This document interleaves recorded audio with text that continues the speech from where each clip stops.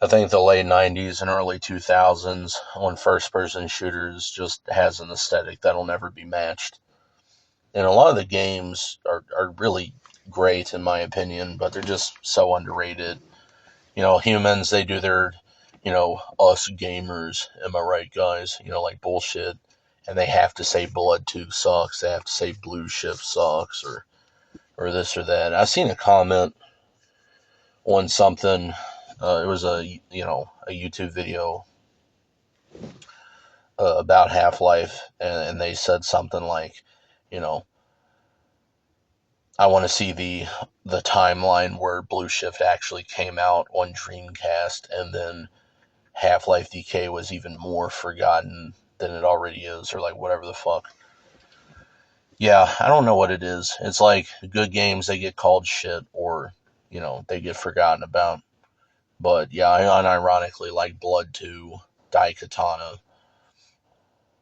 Blue Shift. I don't know if it's janky, old school first person shooters, you know, late '90s, early 2000s, especially if it's on like Quake Engine derivatives or early versions of Unreal before it sucked.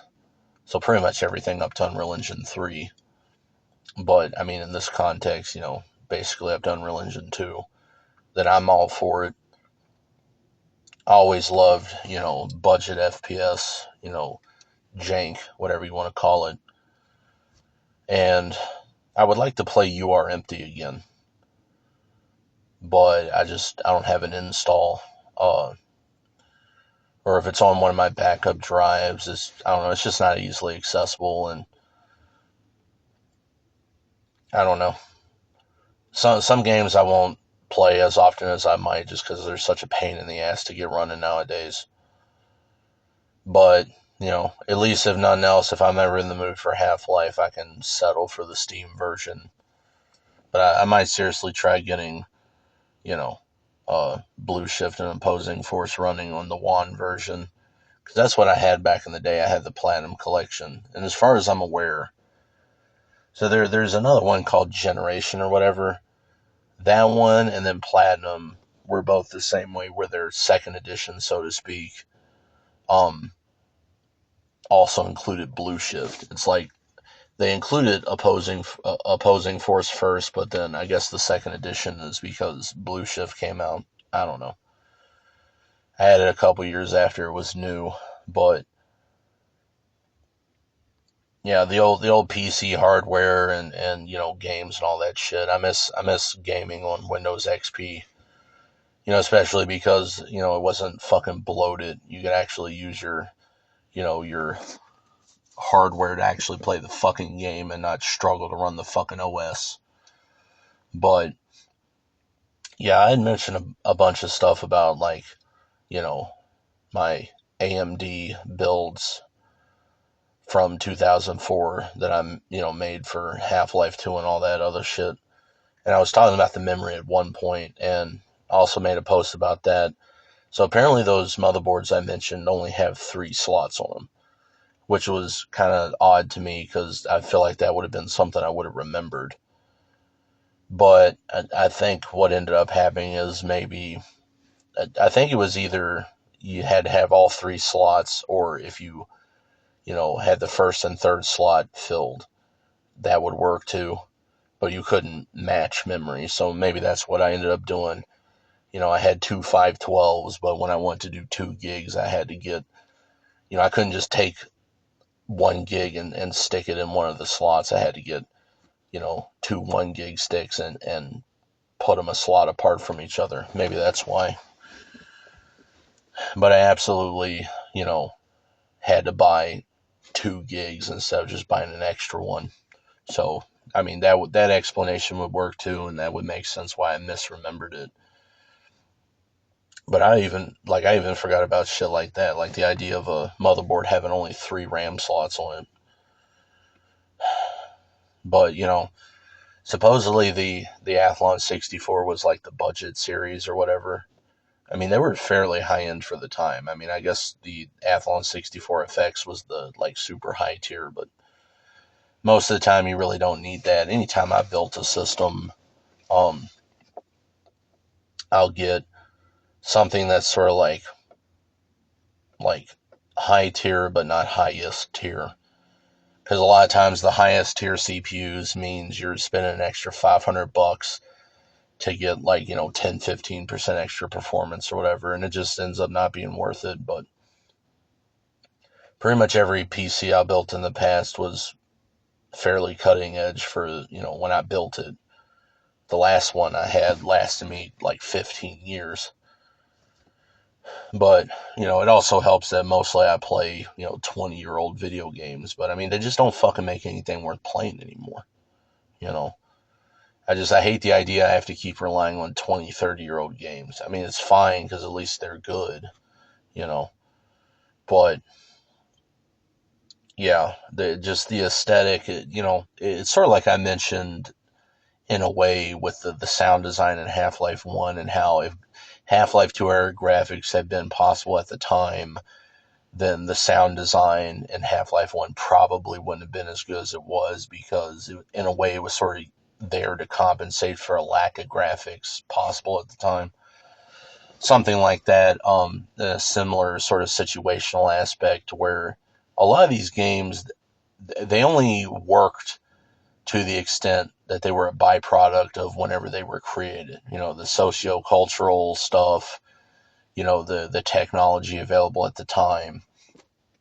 Like I've watched some stuff talking about the like sound effects libraries or like even like the samples for the digital instruments, and the music or it's like if Deus Ex was made right now, it probably wouldn't have tracker music, right? Um, and I think it would be worse off for that. But that's kind of what sucks about it is that you really can't get good games now because the circumstances that allowed them to exist basically aren't there anymore. And yeah, I don't know. I just,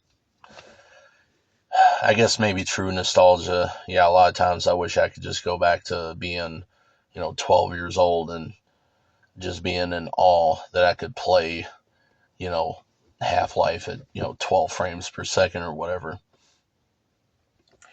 But I'd be in, I mentioned it before. I made a post a little more in depth about it, and I'll go over it more here because I'm thinking about it. Where, as I mentioned before, in 1.5 CS 1.5, because I had, that HPA 305W uh, with an integrated graphics. It had 256 megs of RAM default, but integrated graphics, at least back then, shared memory with system memory, and you basically had to choose. You know, there it had two options to it. It's like a 32 meg and 64 meg, and I probably fucked with both, but yeah, with only 256 megs of RAM, taking even 32 of that for the VRAM is kind of meager. But and sometimes I question myself on that. Was it actually software mode I was getting 12 frames per second in? Because sometimes I don't even know if it would actually run OpenGL mode or Direct 3D. I mean, I think it had DirectX 6 and some version of OpenGL support. I think it's possible that the effects were just like too much for the integrated to handle, and so I just ended up using software mode. But either way, you know, 12 frames per second with any renderer kind of sucks. But it had a 2.7 gigahertz Celeron, and Celeron sucked, and people called him celery. So I'd be saying that I have a 2.7 gigahertz celery. Yeah, maybe it's 2.7 gigahertz, but probably 500 megahertz Pentiums would outclass it. 256 megs of RAM. I eventually, it could hold a gig total. And I remember that used to be a fantasy of mine, is wanting to put a whole gig in it. But I put 512 in it because it only had two RAM slots. One was already filled with 256. So I just put the 256 in there. And once I did that, I more often would switch it to 64 megabyte VRAM mode. But that got me a couple extra frames per second. But I would be talking to people in CS 1.5, and they would be recommending me graphics cards. I'm pretty sure mostly it was like 8500, 9100, 9200, 9200 SE or whatever. Maybe the TNT2 or like the Rage Pro or whatever the fuck it was. But, some of them, they only had 32 megs of VRAM. But as they would, explain to me at the time, so now I know. And also I researched it. Um, even though it was less VRAM, the VRAM on the GPU is way faster than system memory. So less VRAM on an actual GPU would still be faster than more. Really, just it's not even VRAM; it's just allocated main memory. And I never ended up getting a GPU for it. I upgraded to 512 RAM, got a couple extra frames per second, and it kind of didn't matter because, as I mentioned, a year later, I built that gaming PC to play Half-Life 2 with. I still got a bunch of magazines from back then before Half-Life 2 came out somewhere. I used to be obsessed with that game. But it would have been awesome for me at the time if I could have had, that piece of shit have a gig of RAM in it, and have like a 64, even 128 megabyte, 8500 or something like that.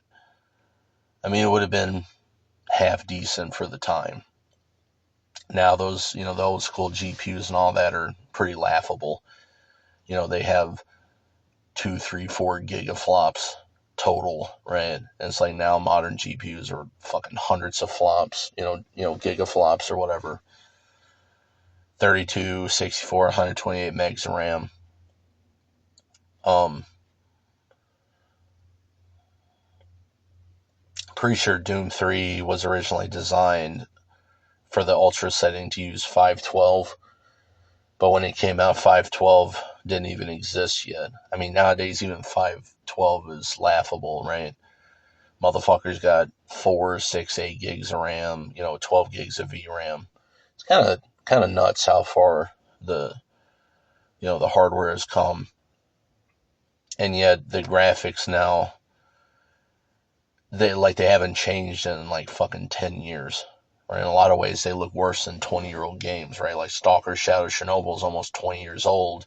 Stalker 2 looks worse, but it requires a PC that's like, 10, 20 times, more resources. Just ridiculous. And that is part of the appeal is, the older school video games can run on almost anything by modern standards. But yeah, every time I mention that CS 1.5, talking about the graphics cards and all that, there's two things that come to mind. I imagine DE Train, the diffusal train map. And then there's this other one, and I don't remember what the fuck it was called, but it was absolutely a custom map. And all I remember is there was some part, it had like toilets or something. It was like made out of wood. I think it might have had some sort of like tropical island theme or something to the map. But the toilets had this really deep blue water with these huge waves in them. I just, for whatever reason, I keep thinking of that map. I don't know, maybe that was one of the times I was playing that map. I was talking to somebody about fucking graphics cards or whatever. I don't know. But I was 12 years old, so I'm not going to remember that far in the past. But yeah, I have specific levels that'll come to mind when I think about shit like that. And I love the look of the old versions of the map, like DE Train on 1.5 or 1.6. So I was messing with it in the 6.5 beta that I've been fucking with recently. I don't know, just something about the aesthetic of those old maps. And, like I said, nothing will ever come close to matching that 90s or early 2000s aesthetic in first person shooters. But, yeah, I'm almost at 15 minutes, so I'm done with this part.